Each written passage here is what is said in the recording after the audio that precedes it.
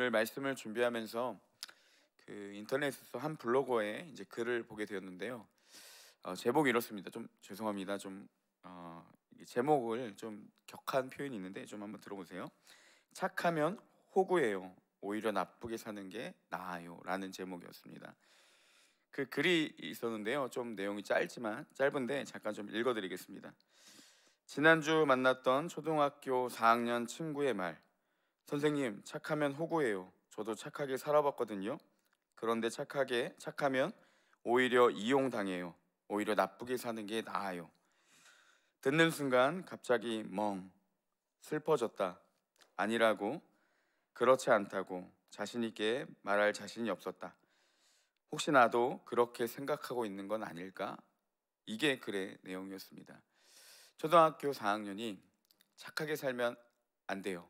착하게 살아봤더니 오히려 나쁘게 사는 게 나아요. 이런 말에 이 어른인 이 블로거가 그렇지 않다라고 이야기를 해야 되는데 순간 자신도 슬퍼지고 그런 현실 속에서 그리고 나도 그렇게 살고 있는 것은 아닌지 좀 자신을 돌아보았다라는 그 글을 보면서 그러면 안 되지라는 생각과 그러면서도 충분히 그럴 수밖에 없었던 그 블로거의 마음도 이해가 되었습니다. 청년들을 만나서 신방을 하다 보면요, 이 회사 생활에서 여러 가지 어려움들, 대인 관계나 그 외에 여러 가지 이야기를 하는데 좀 이런 이야기들도 있었습니다.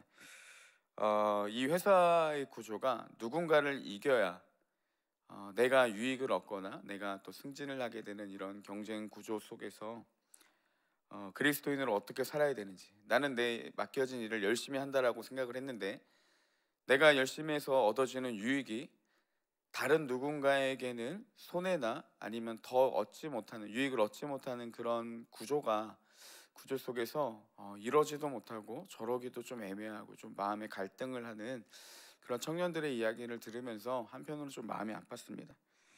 그리고 이 외에도 갑질을 하는 사람들을 대할 때마다 아니면 동료들이나 또 후임들에게 이 부당한 대우를 받으면서도 이 자신이 그리스도인이라는 걸 알기 때문에 사람들이 자신이 그리스도인이 이미지에 비춰지는 이미지가 있기 때문에 어떻게든 믿음으로 버티며 기도한다라는 지체들의 말을 들으면요, 한편으로는 제가 오히려 좀 화가 나서 그렇게 하지 말아라 또 이야기를 할 때도 있지만 또 한편으로는 하나님을 붙들고 믿음으로 살아가려는 그 친구들의 모습을 보면서 오히려 제가 많은 것들을 좀 배울 때도 있습니다. 이 불의한 시대를 살기 때문에 우리 역시 불의하게 살아야 된다. 세상 사람들이 악하기 때문에 우리 역시 악하게 대우를 해줘야 된다. 이것이 맞는 것인지, 정말 정직하게 사는 것이 오히려 바보가 되는 것은 아닌지, 이런 갈등이 올 때가 우리 가운데 많이 있다라는 것이죠. 무엇보다 그럼 과연 그 속에서 하나님은 무엇을 하고 계신 것인지, 마치 하나님은 불의함과 부당함 속에서 우리를 위해 대신해서 싸워주시고 믿음으로 살아가는 자들에게 보상을 주시는 것이 아니라 오히려 침묵하고 계신 것 같아서 좀 답답하고 믿음을 지키기 어려운 순간들이 많이 있다라는 것입니다.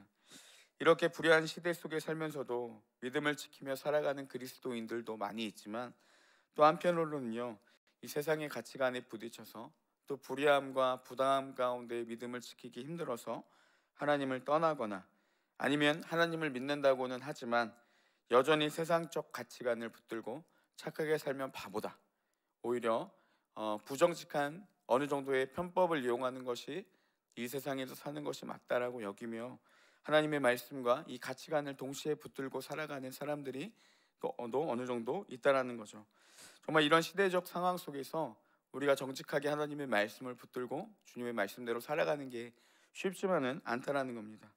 이런 비슷한 상황이요, 오늘 이스라엘에게도 나타나고 있습니다.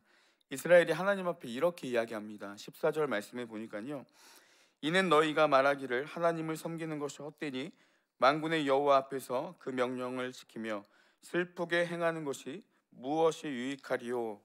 이렇게 기록되어 있습니다. 이스라엘은요, 하나님을 섬기는 것이 헛된 일이다, 하나님의 말씀을 지키는 것, 죄를 뉘우치고 슬퍼하는 것이 우리에게 무슨 유익이 있냐, 이렇게 이야기를 했다라는 겁니다. 하나님을 섬기는 게 정말 부질없는 짓이다 라고 이야기합니다. 왜 그러냐, 15절에 보니까요, 지금 우리는 교만한 자가 복되다 하며 악을 행하는 자가 번성하며 하나님을 시험하는 자가 화를 면한다 하노라 함이라.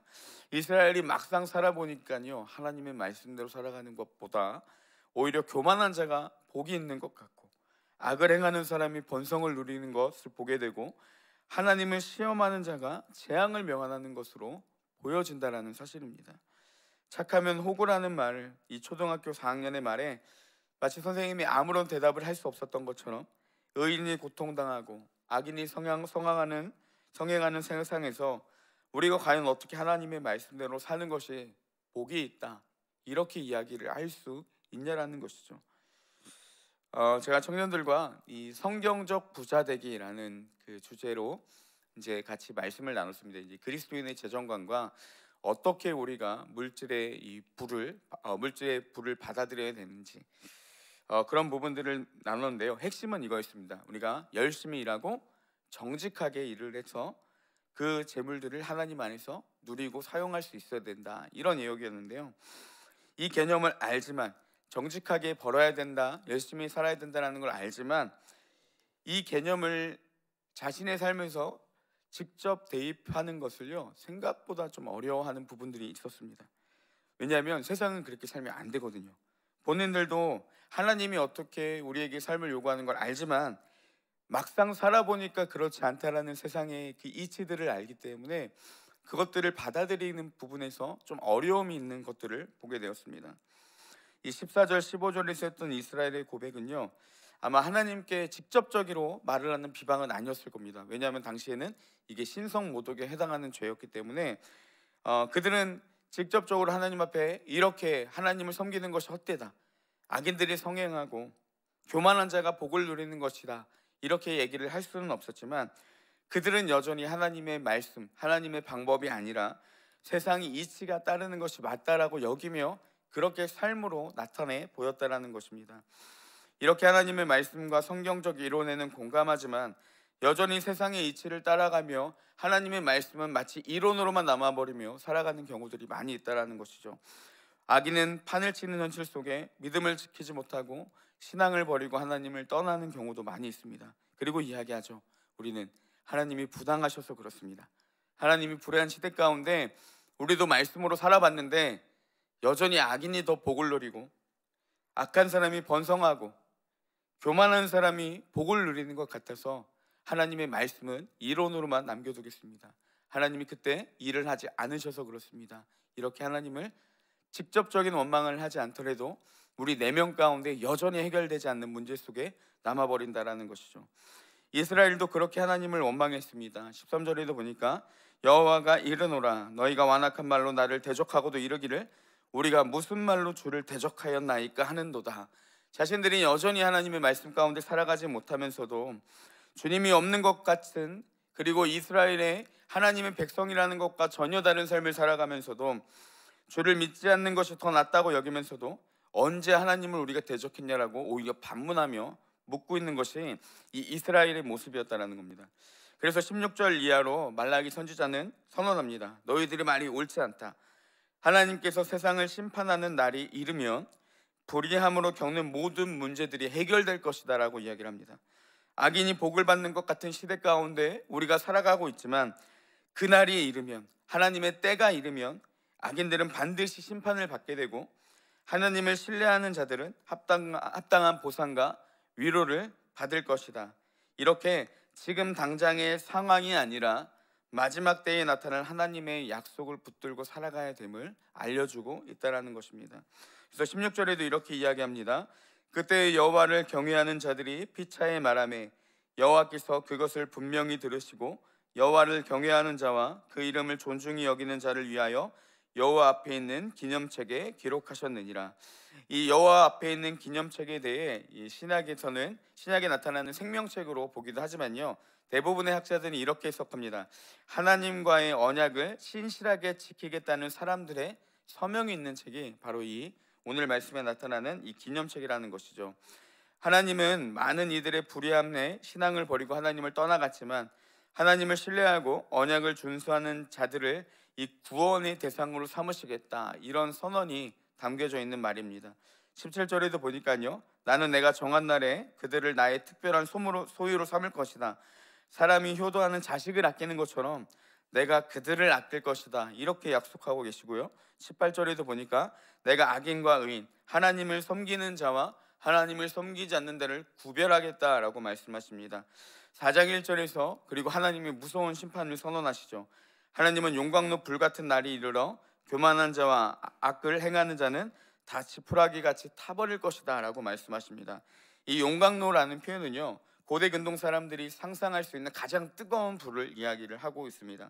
그러니까 하나님의 심판이 얼마나 무서운 것인지를 이야기를 해주고 이스라엘의 모든 부정과 찌꺼기를 태우겠다라는 선언을 하고 계십니다.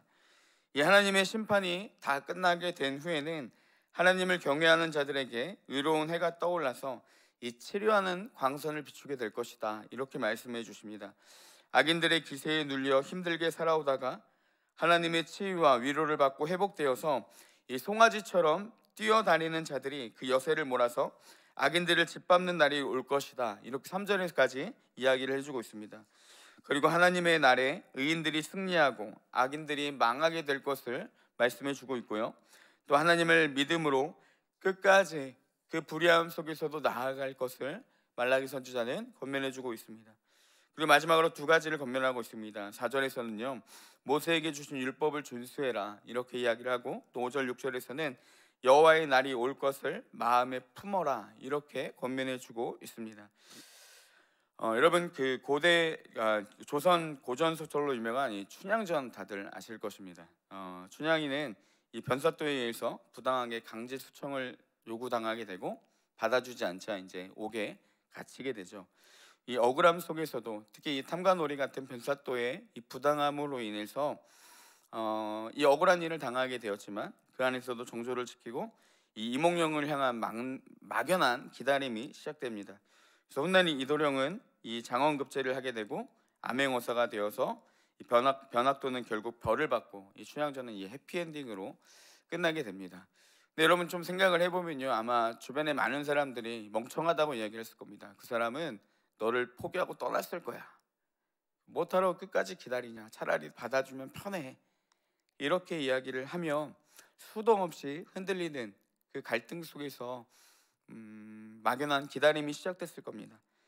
하지만 그 기다림이 막연함이 아니라 암행어사가 되어 이몽룡이 나타나 이 해피엔딩으로 이야기를 끝났던 것처럼 여러분, 우리의 삶이 때로는 하나님을 따르는 것이 부당하게 여겨지고 오히려 그것으로 손해를 보는 것 같은 상황들이 오겠지만 우리는 이 땅을 살아가는 때 그 앞에 있는 눈앞의 유익이 아니라 마지막 때에 하나님께서 이 모든 것들을 다 갚으시고 우리의 부당함과 불의함이 옳다라고 이야기를 하시는 그 마지막 때가 반드시 온다라는 것입니다.